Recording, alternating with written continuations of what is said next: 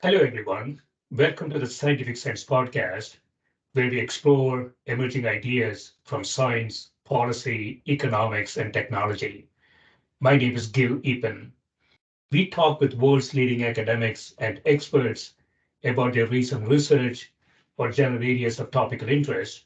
Scientific Sense is an unstructured conversation with no agenda or preparation. We cover a wide variety of domains where new discoveries are made and new technologies are developed on a daily basis. We are most interested in how ideas affect society and help educate the world how to pursue a rewarding and enjoyable life rooted in science, logic, and information. We seek knowledge without boundaries and constraints and provide unedited content of conversations with researchers and leaders who love what they do.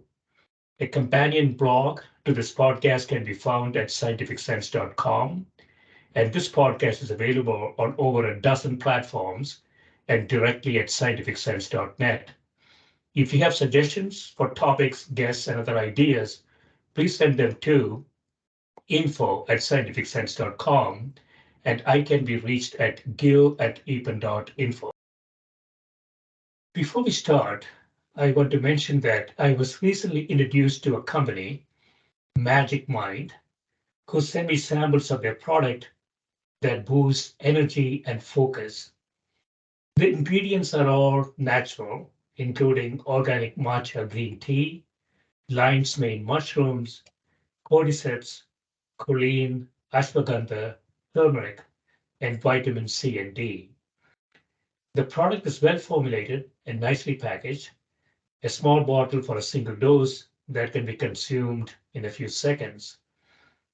I found the product very useful to keep me focused, reduce stress, elevate mood, enhance cognition, and generally keep a healthy immune system. I found it particularly useful when I'm tired. There are no controlled clinical trials yet, but the company is working on it so that consumers can have excellent scientific data as well.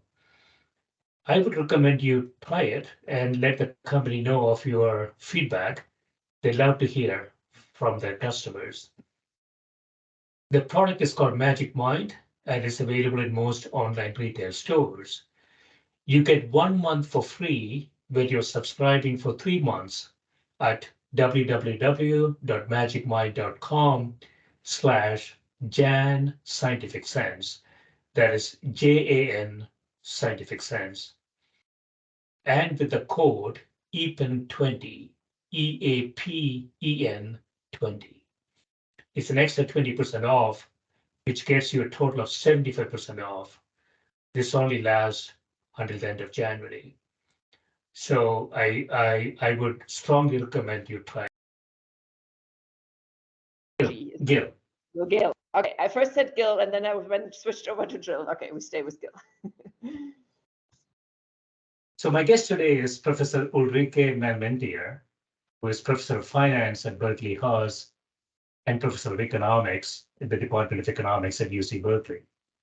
Her research interests include corporate finance, behavioral economics, economics of organizations, contract theory, law and economics, and law and finance. The area of focus is the intersection of economics and finance, and why and how individuals make decisions, specifically how individuals make mistakes and systematically biased decisions. Welcome, Ulrike. Thank you so much. I'm happy to be here. Yeah, thanks for coming back on the show. Your papers are always very fascinating to me because I can sort of understand them. Some of them. So I want to start with CEO stress, aging, and death. You say here we assess the long-term effects of managerial stress on aging and mortality. First, we show that exposure to industry distress shocks during the Great Recession produces visible signs of aging in CEOs. Applying neural network-based machine learning techniques to pre- and post-distress pictures, we estimate an increase in so-called apparent age by 1 year. Second, using data on CEOs using the mid-1970s, we estimate 1.1 year decrease in life expectancy after industry distress shock, by but a 2-year increase when anti-takeover laws insulate CEOs from market discipline. The estimated health costs are significant, also related to other known health risks. So this is a really fascinating paper. Clearly, I mean, we don't have too many CEOs, so these are not societal costs, but clearly for the individual, high costs. And that's why these guys are getting paid a lot of money. And so when you go take a job like this, they should know um, what they're taking up in some ways. But so there's a lot of data here. So I was really interested in sort of a 2-year increase when anti-takeover laws insulate CEOs from market discipline. So could you start there and then we go to other areas? Yeah, it's actually where the research started. That's what we used first. And then, since it's a little bit complicated, using the reverse, like negative shocks, is kind of what we now start the paper with. But originally, we started from this period, mostly in the 1980s, when the so-called business combination law, so one particular version of anti-takeover laws, was implemented. And there's been lots of studies of what happens if you insulate a CEO from the threat of more easily being kicked out. And a lot of research has been about the negative corporate governance implications it might have. There's a famous Enjoying the Quiet Life paper by Bertrand and Mulanathan, which says, what happens to CEOs? They just relax a little bit. They give everybody wage increases. They don't open any new plans. They also don't shut down any. So very different notion of what corporate governance issues might be relevant in practice than what we economists typically think. We just think, okay, is the guy trying to maximize his own personal private welfare and wealth and money, or is he doing the good thing for the shareholders and maximizing their wealth? And there's nothing in between that maybe, it's all a little stressful and you might just, hang it back and like relax a little bit. And so there's a huge literature around these corporate governance legislation. I should say that this older literature I cited had maybe some issues in how they classified laws. There's been lots of follow-up literature also by lawyers. And we're using the latest version of what seems to be an acceptable variation. And what we found is that indeed, if you protect CEOs a lot, you make their job a lot less stressful, then they live longer. In this case, we actually found a stronger effect, which I didn't expect compared to the negative crisis effect. But same order of magnitude. Like they literally live 1 or 2 years longer, which suggests that what's happening to their health, to their aging process during the time on the job, they're doing better. Now, you pointed out correctly that CEOs are paid a whole lot of money to kind of carry that stress, that burden. An interesting question is, well, does pay actually respond to whether it's more protected or less protected? And that doesn't seem to be the case. So if that logic, which absolutely makes sense, were put into practice, we should see that the protected CEOs maybe get a little less and the not so protected get a little more. That doesn't seem to be happening. Of course, there's lots of things going on, but that is not in the data. Another reason why I think this variation in stress is relevant is even if, say, everybody was fully aware of it, the CEOs take it into account rationally, the shareholders, etc., it will still have effects on the selection of people into the CEO job. So, we still bemoan how much underrepresentation of women, of minorities there is in the top CEO's job. Well, one possibility is that different groups of people think differently about stress and whether they want to do that to themselves or differently aware of it. And so it's something we have to take into consideration. If we want to increase diversity of people assuming these jobs, maybe there's some modification of the work environment that's not just more pay, less pay. Maybe there are different aspects we should start thinking about. Yeah, this is so interesting, Ulrike. So, I mean, these are so many different implications. So if the CEOs really internalize this cost, sort of personal cost, a private cause, not a public cause. Then there's a selection effect here. So the CEOs who go in and say, I understand this, that's fine for me, I make $1 billion, whatever. But I lose a couple of years of my life. Yeah, that seems like a good trade-off. But it might be that, as you say, women and some sort of personality characteristics that go in there. So do we find in the data that the CEOs of, it's a large cross-section of CEOs, do they have some personality characteristic that we can sort of tease out from this data? Yeah, so not in my data, but Steve Kaplan with different courses at Chicago has a bunch of papers around this theme where he was able to get access to data from firms who assess these CEOs, often like in the context of them maybe being presented as candidates for the next job. And of course, there's a lot along the lines of these personality characteristics psychologists may call, narcissism, or, generally we might call it differently, but like, around the self-confidence and so on. There is also heterogeneity. The issue is to really study the question. You don't just want CEO data. You actually want to have the set of all potential CEOs who, in terms of their ability, would be great running the company, and assess their personalities, and then look at the selection into that. It's actually something I'm extremely interested in. And if some smart researcher finds the data on that, they should absolutely study it. Yeah, and so this has sort of some implications for the board as well, right? So if I were the board of a large company and I look at the CEO, the status quo CEO and possible replacements, I have to be thinking about this in some ways, right? Yeah, exactly. So again, traditional, studies of optimal board composition are all about, are they incentivized to make sure that, the value maximizing profit maximizing investment project is chosen, that they say no to bad ideas, that they have high ability in doing so, etc.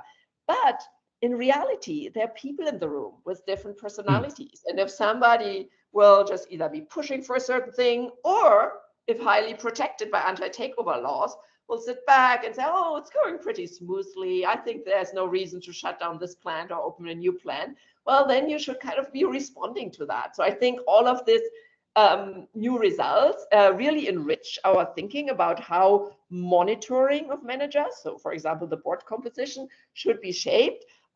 Makes it even more messy. It's already messy as it is to try and study that, but that's the real world. Yeah, so I had an inkling about this, Ulrike.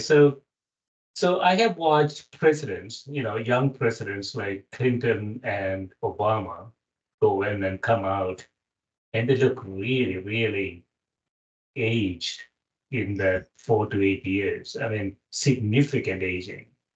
And this is the CEO job, running a $20 trillion economy is probably a lot more stress, I would think. And so we know this happens, but we also have some instances of people going in and not really aging. They apparently age when they come out, which is a curious phenomenon.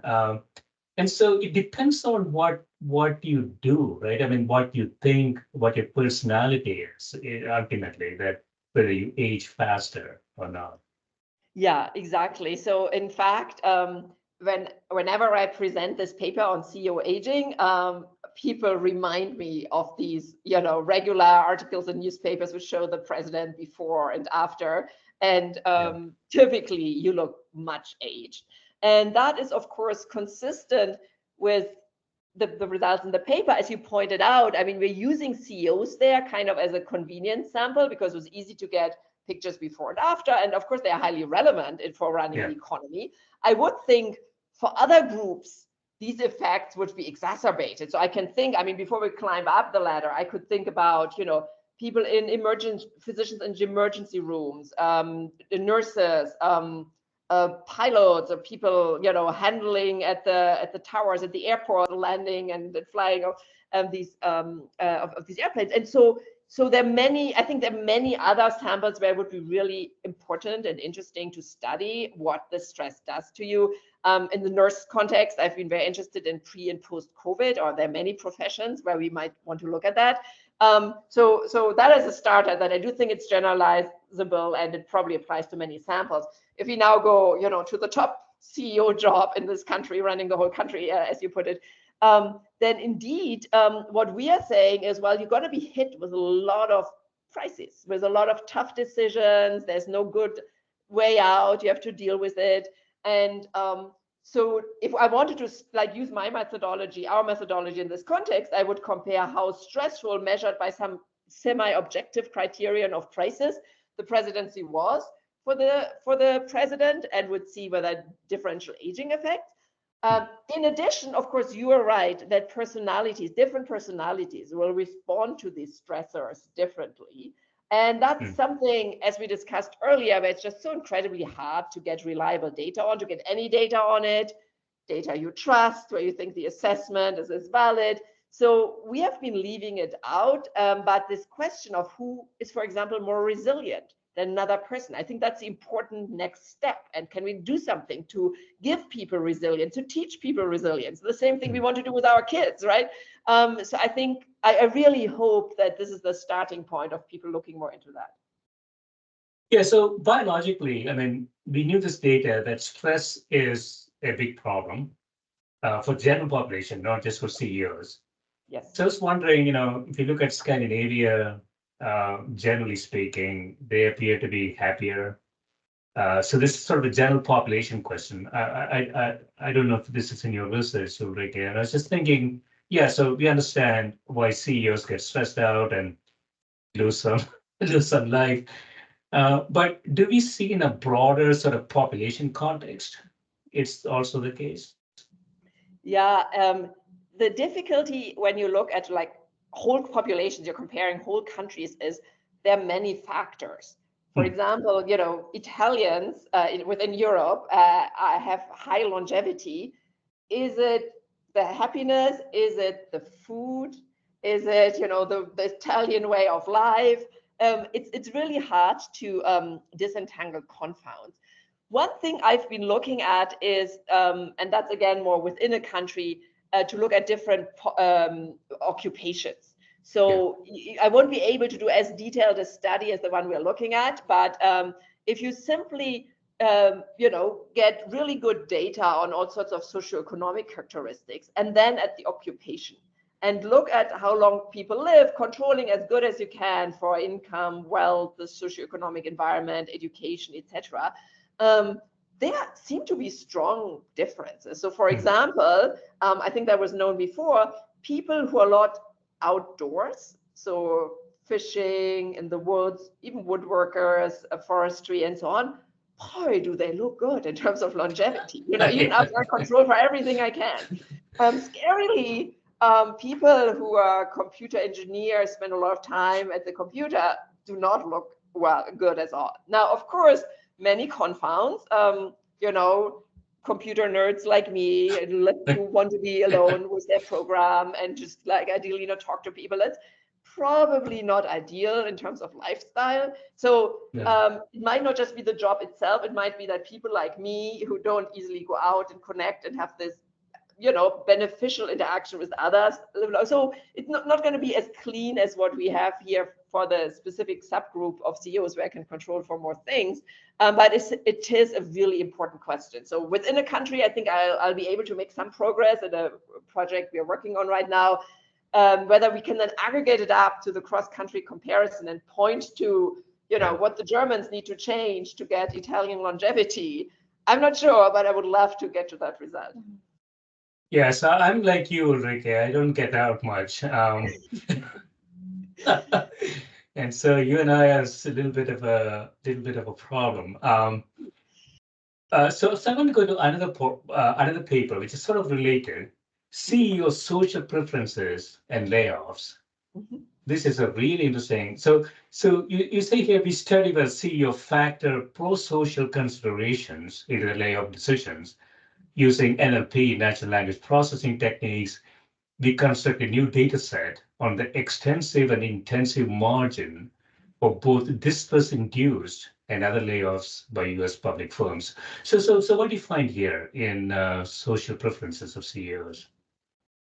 Yeah, so this paper started in some sense from the one we discussed previously. So thanks for picking the right order there, where we found this really strong aging effect. So as you said, right, like we find they look 1 year older and then they actually die 1 year faster. And that's big. That might not sound so big to you, like 78 versus 79 or something, but you know, if you find that on average significant, there's been a huge shift. Like if you think about us being able to live longer over time, it would take a lot of decades to get there. Yeah. So the effect was really large, and I was trying to understand what is it in particular that stresses these people so much? Is it the hostile takeover attempts, or is it fights for succession, or what is it?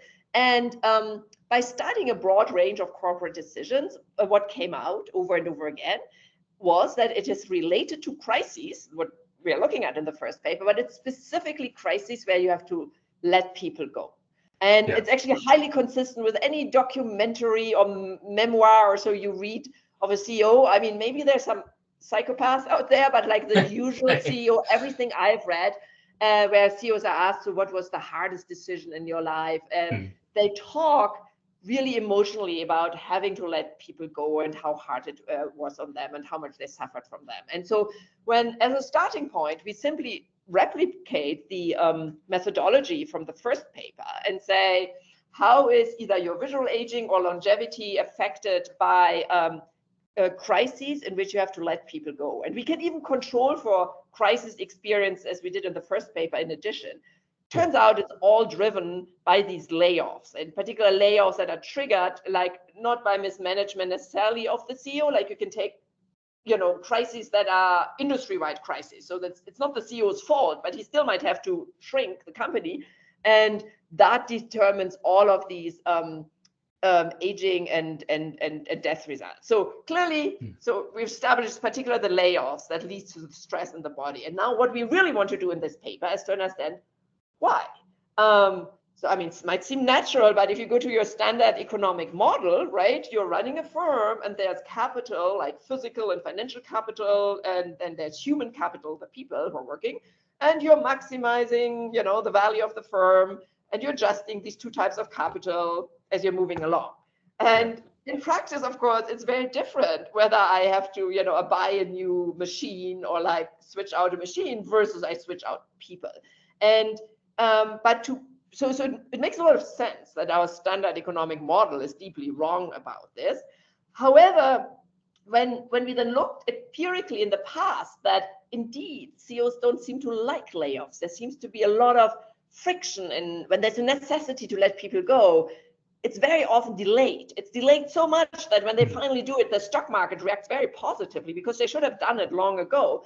Yeah. This previous literature was all saying, well, it's about frictions, it's expensive to fire people, there might be a lawsuit, and we're thinking there's more. You just don't like it. It pains you to let people go. And so how can we get closer at there being a human component? We call it social preferences or prosociality, or just being human in some sense. How can we dig deeper? And so far, what we've been able to do is to say, well, if our human hypothesis is right, then it should matter how connected you are to the people, right? If they are in some plant far away, you've never seen them, then it might be easier.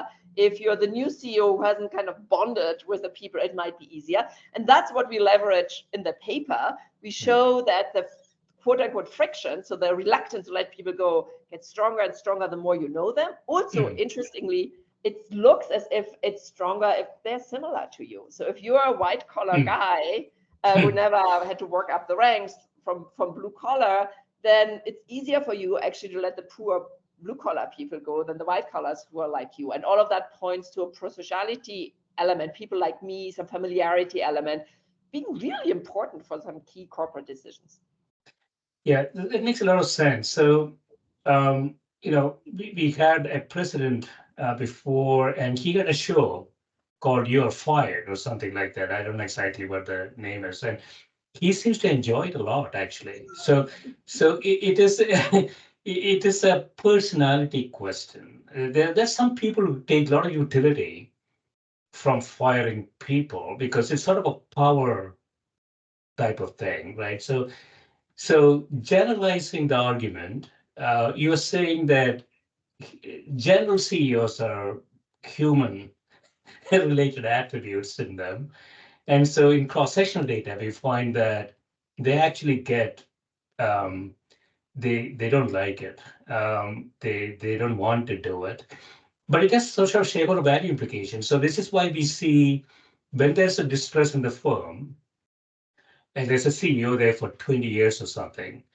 So the board's dominant decision has to be to bring a new CEO because he or she would actually do the right thing for the firm, right? That's what they're finding.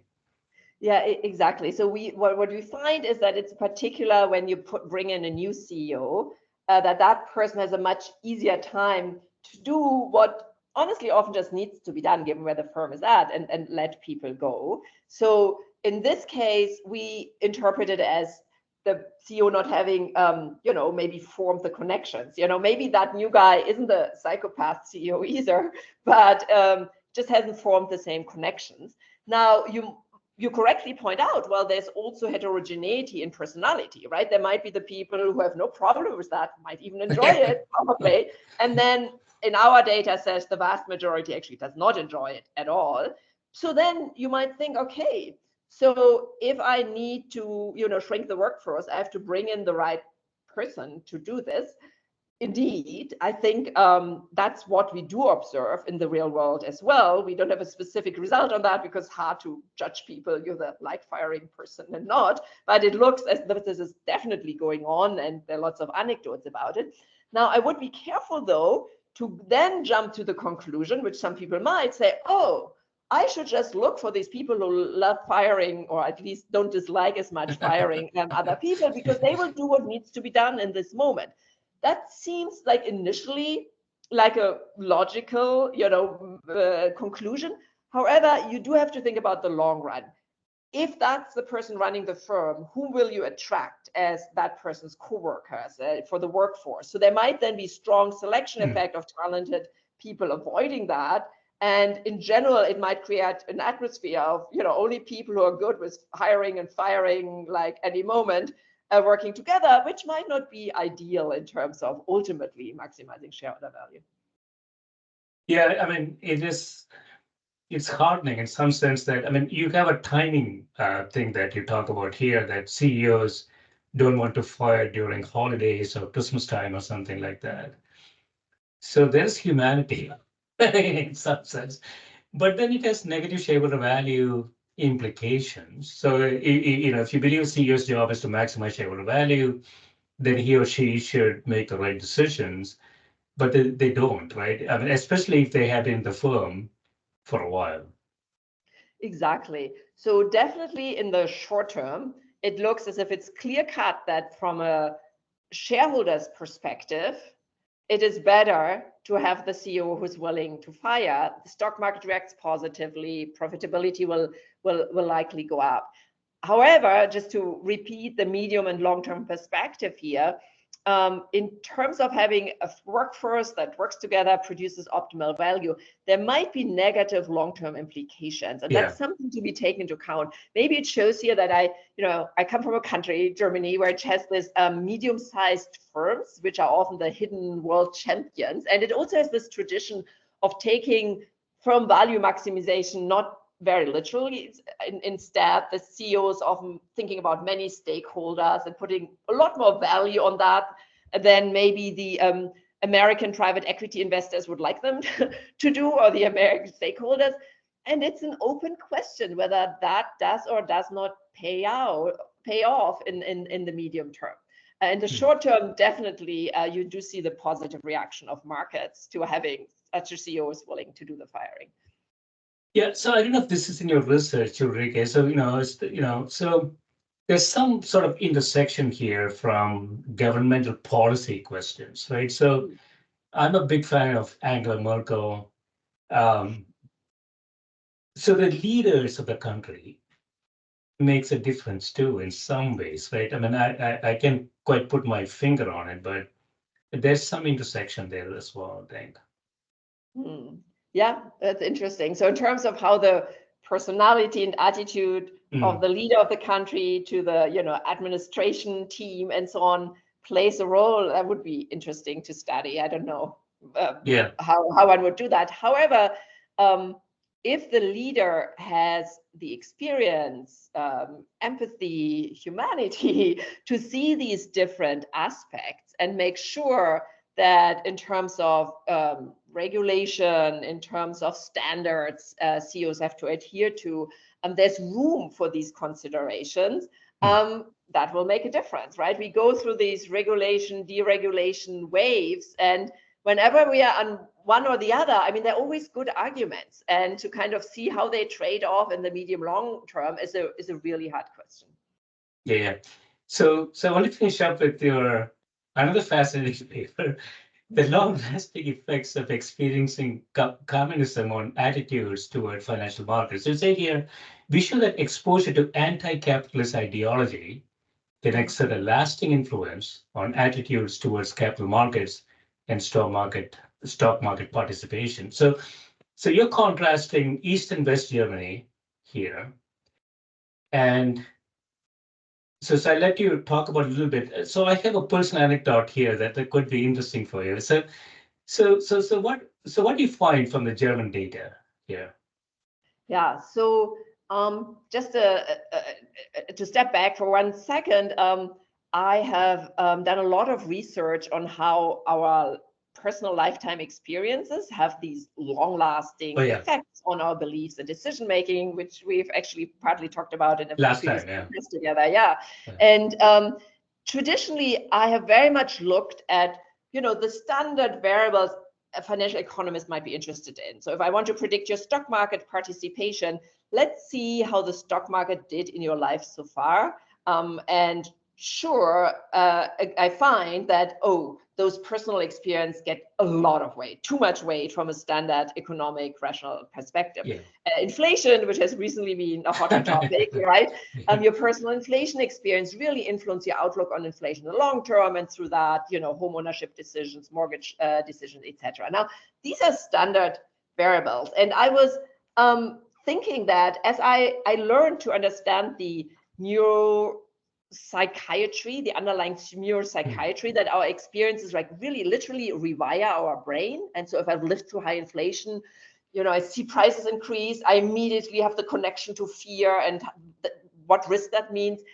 I got to understand that, I mean, in some sense, we would need to go beyond the standard variables, and something like ideology, the coloring of certain economic institutions or markets should also play a long-lasting role. And I think that's exactly what Yeah. ideology wants to do. So if Lenin under Marxism says that stock markets are the pinnacle of capitalism and the enemy to think about, I mean, I've heard this often enough, and there's some arguments about, well, this only being good for a few rich people who know the ins and outs. It just Yeah. stays with me. I can't shake it off. And so when we had the German reunification, people were saying, well, even though I protested on the streets, I was in the group who got the GDR, the East German regime down, I still see these traces in me.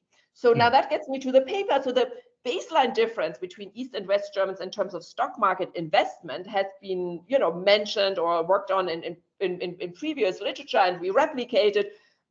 Germans are generally not doing so great in their stock market participation, but the East Germans are significantly below that. So we knew that already, but trying to understand where that comes from. Right, so you can always worry about, is there wealth, income, institutional differences? Could those play a role? We do a bunch of controls looking at East Germans and West Germany and show the results hold to different data. But now we get to, I think, the novel piece, which is we are the first to have a large within East Germany data set and are able to study who are the people who embrace the new type of market economy and who are the people who are really pushing back and think that communism is the better system, capitalism is cold, it will increase inequality, it will only be good for a few people. And what we find is that the way you experienced your life in the GDR, in the former East Germany, plays a huge role. If Yeah. you had a pretty good life, and it might be completely for non-financial reasons. So like we look, for example, at whether you're from a place which had Olympic gold medal winners, and that was hugely celebrated, of course, in East Germany, like in many communist countries. You know, that was fun, that was enjoyable. You have good memories of that. That makes you more pro-communism. If you lived in one of these so-called communist showcase cities, so some cities got special communist names like Karl Marxstadt and so on, and then, you know, there are lots of celebrations, politicians visiting, and, you know, it was a pretty good feeling. These people still very much embrace communism, and they're very reluctant to think about the market economy and the stock market in particular. Vice versa, if you had bad experiences, so one of them is emissions, air pollution, which was terrible. The environmental pollution in East Germany was really bad, despite the government claiming the opposite. To an extent, there were whole areas where kids basically all have childhood asthma. People really got upset about that. And there's nice variation you can exploit, not just is it industrialized or not, but is there a mountain that prevents the smog from coming in and so on. And so you find that if I lived in that area that was highly affected, I am embracing the new system. Similar religious suppression, of course, is part of a typical communist regime, and that historically, culturally more religious areas are embracing it more. So I think this new insight that this variation really has to do with your life experience in the broader sense, the emotions you had, is what we want to bring to the cold-blooded look at financial investment kind of outcome variable we've been studying for decades. Yeah, so this goes back to our earlier discussions also, Ulrike. So a human is sort of a compendium of biases or experiences that he or she has accumulated. So I have sort of a personal anecdote for you. So I grew up in South India. When India got independence in the 1940s, this is a place that elected the first Marxist government to power. This was the first time a democratic process elected a Marxist government to power. And it sort of go, you know, back and forth. They're not quite Marxist, it's, you know, left and right type thing. And my dad is a professor of engineering, and I've been trying to convince him to invest in stock market for 40 years. No go. It is, he will never, ever invest in stock markets. And so what you say here is actually quite interesting. There are many things here. One is, okay, so the experiences matter. I don't think he struggled. I mean, I had good initial conditions. My goal was to come to the US when I was 10 years old. So I don't think he really struggled, like, you know, in GDR, for instance, right? But then the philosophy, in some sense, mattered to him, right? So capital markets, no, capital markets are not a good thing type thing. So I wondered if you look at, you know, so the 8 billion people that we have around the world, uh, what percentage of them do you think are suffering from, and let me call it disease, of previous experiences? Oh, I would think it's part of being human. I think we are all shaped by our lifetime experiences. And simply the neuroplasticity of our brain would suggest that this is the case. If we like repeatedly see certain outcomes, then they're just going to get a lot of weight. There's going to be synapses are going to be formed and strengthened as we repeatedly see certain outcomes. So I believe that everybody exerts these experience effects. And that's part of why I'm on a mission to use a lot of data sets of very smart, high-ranking people who are in leadership positions, have all the available information available they need. I've studied, for example, the effect of personal inflation experiences on governance of the of the US Federal Reserve Board, the FOMC members. They're smart. They have every bit of information you want about inflation available. And yet, if you ask them about the inflation expectation as they are being asked in the semi-annual reports to Congress, you can predict who's going to be at the upper end and the lower end, depending on what has happened in their lifetime. So becoming aware of the fact that we are all affected at it is very important to me. And it's kind of what I sometimes try to tell people, like, as either behavioral economics or even economics 3.0, We started off from the brilliance of Kahneman and Tversky and prospect theory and like a whole body of theory building around that. And then this in economics branched out in all these fields, development, public, where we found that taking biases into account makes us better predict decision making. But I think where we got stuck, and it's not just behavioral economics, it's economics more broadly, is that we are playing around with how people update their beliefs, right? So like in your example from India, so they're smart people, they should be able to take in all of this information and update and decide, oh, a broadly diversified low-fee fund is a good thing to do, rather than keeping them money in a savings account or some other account, etc. But we have some, blockage of getting there because that hasn't been our experience. We haven't seen it for ourselves. So what I think we need to do, and that nicely connects all the three papers we talked about today, is to take into account that we are, neither the robot, which traditional economics, the Homo economicus, we are not, it works good for many predictions, but it's not perfect. Nor what behavioral economics made initially out of it, which is a little bit of a, flawed software robot, like a short-circuited computer, right? Like, so, but still a computer. Like I put into you overconfidence, I put into you sunk cost fallacy, and then you're gonna always be doing that.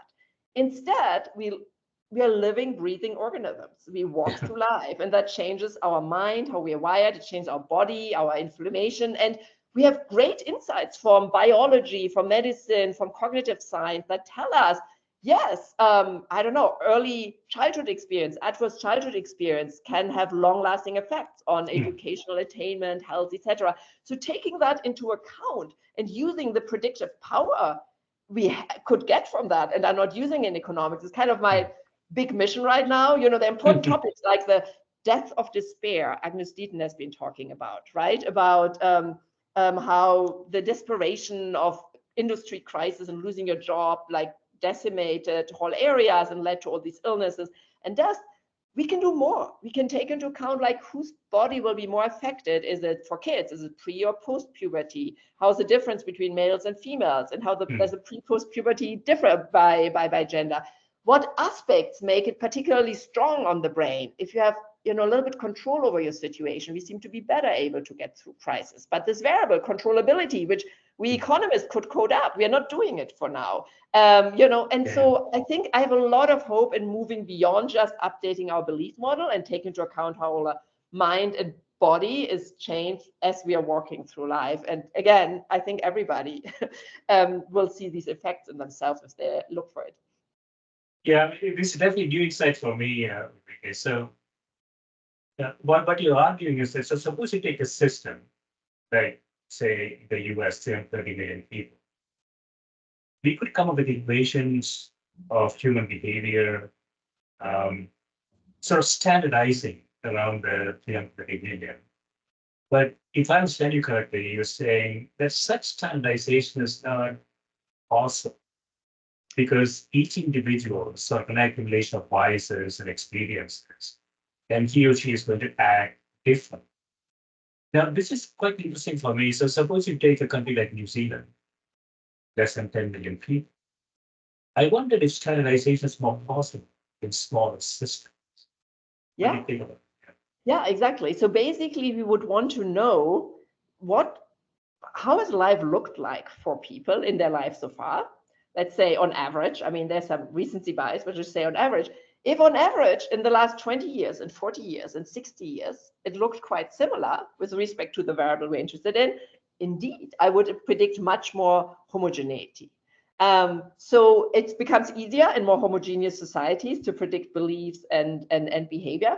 Even in a more heterogeneous society, there's a reason why we talk about different generations being different, like the baby boomers, the Gen Zs, the Gen Ys and Gen Xs. Why do we put them together? They seem to behave similar in certain ways. And I would postulate that's because life has looked more similar to them, the years they've personally seen, than maybe some generation born 10 or 20 years earlier. So we can make some progress in identifying more homogeneous subgroups. And being aware of that, I think, would be an important step forward for policy making. So policymakers, I think, often have the right instinct when they hit with the crisis. Let's get through the crisis. Let's fix the problem. High inflation, high energy prices in Germany, recent what unemployment, whatever it is. And then when we are back to where we were before, everything will work as it did before. That's often the implicit assumption. But I'm here to say no. These people have lived through this crisis. They might be more risk averse now. They might shy away from certain decisions. Think about now here at UC Berkeley, and I'm sure at many institutions, the deans have huge difficulties getting people to come back to work from here. They want to work from home. I don't think they really were missing information like how long their commute is and so on, so that they didn't negotiate for that before. At least part of it is, well, it's your personal experience which has changed you. And now you have a different attitude towards things where before you would have said, yes, of course, I do this. So taking this more into account in policy making, I think will allow us to fine-tune policy, to make at least better predictions, even if we don't fine-tune it on the individual level. And for us economists, I think the message is like, when we try to predict some variable y with all sorts of, with a huge vector of variables x, like your current income, wealth, etc., then we think, okay, we're done. We've described you who you're now, and maybe you can put in some forward-looking variables, unemployment, security, etc. But we ignore the past, right? We feel it's subsumed by where you are now. And I'm saying no. Even if you and I have the same income, but you know, you were born with a silver spoon in the mouth, and I grew up in poverty and made it there. Even if the outlook is exactly the same, even if the outlook is exactly the same, we will be acting differently, and we can predict it as economists. So let's not ignore this past data if we have it. Yeah, so I know that you have to go, Ulrike. So one last question. So there's some policy implications here, right? So there is an individual, and then there is a country. A country, if you believe it's an accumulation of individuals, and the country also could have a personality. But the country's personality is a function of its history and the information that it has.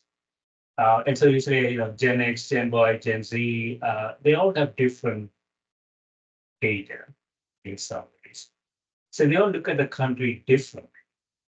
And so from a policymaker's perspective, how should they think about this? I mean, how do you make optimal policy in this context? Yeah.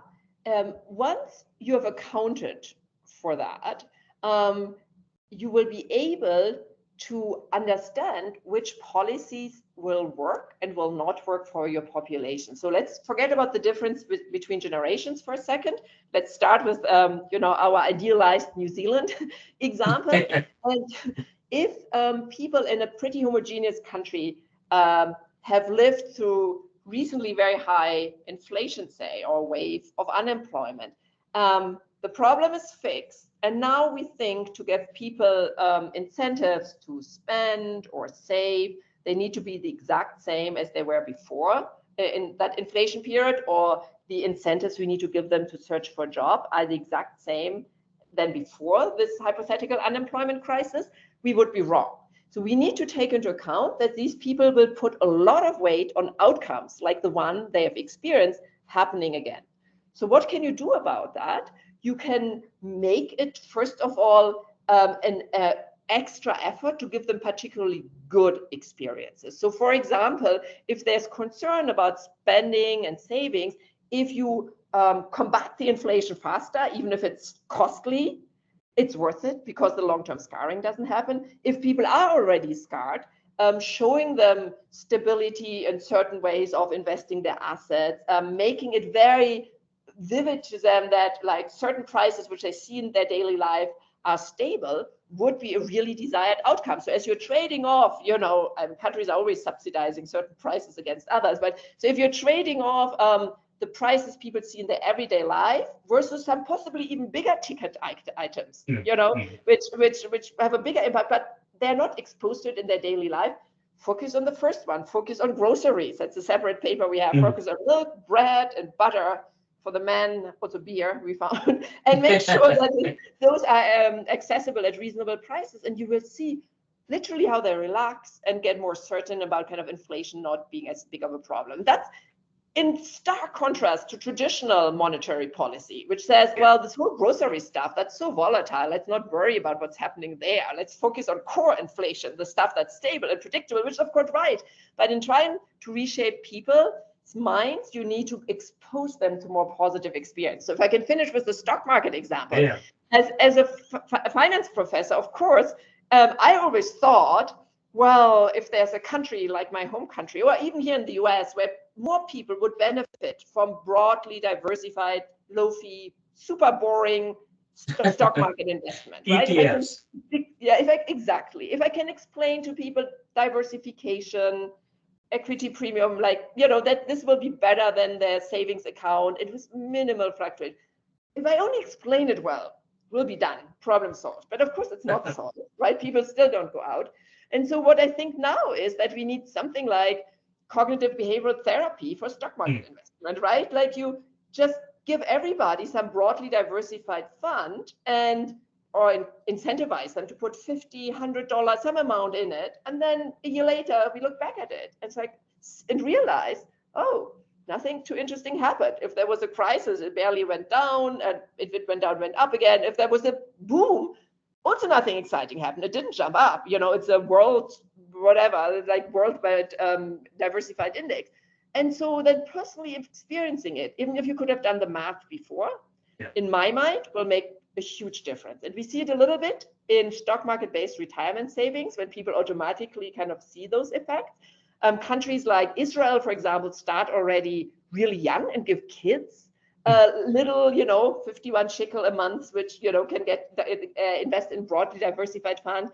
I'm currently proposing that in Germany, where I'm involved in some policy, to also start maybe with school-aged children and let them physically feel what the experience is. So that would be my policy advice. No, that totally makes sense. I mean, you have to start early. It's sort of an economic question. And if you wait till you are 20, so that's sort of the crux of the argument here. If you wait till 2030, and then bringing a set of biases to the table, and then you typically make bad decisions. It's right. That's what it is. Yeah. Excellent. So I know that you have to go. Thanks again for coming back on the show again. It was a pleasure. It's always so much fun to discuss with you. Thanks so much for having me, Gill. Thank you.